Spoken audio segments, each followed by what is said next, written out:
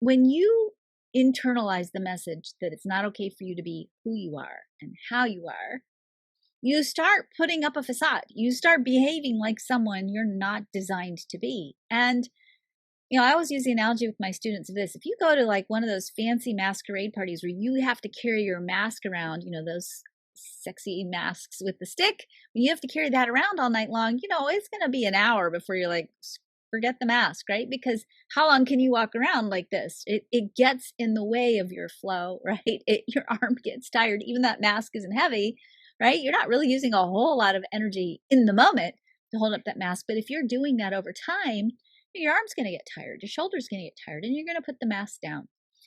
That's how burnout works. A lot of times what's happening when we are burned out, it's not a bad job that we hate or not making enough money. What's happened is we spent a lifetime exerting what feels like maybe isn't a whole lot of effort, saying yes when we want to say no, saying no when we want to say yes. And then we, over time, we get tired holding up that fake identity, that false facade, and we have to either set it down. But of course, we don't set it down because it's scary to set it down. If we set it down, if we take the mask off, then we have to be our authentic self. And we've built up a lot of times this huge, huge system of covering up that authentic self as a way of keeping it safe. When we're doing that, not only do we burn out, we are not resilient. Our ability to be nimble when things change, our ability to pivot and to adapt to the shifts and changes that are happening in a rapidly changing world right now goes down. When we're not resilient, then we struggle when things get challenging. We struggle when we have to find those reserve energies inside of us. And, I'm sorry, I've been alive on this planet for 56 years.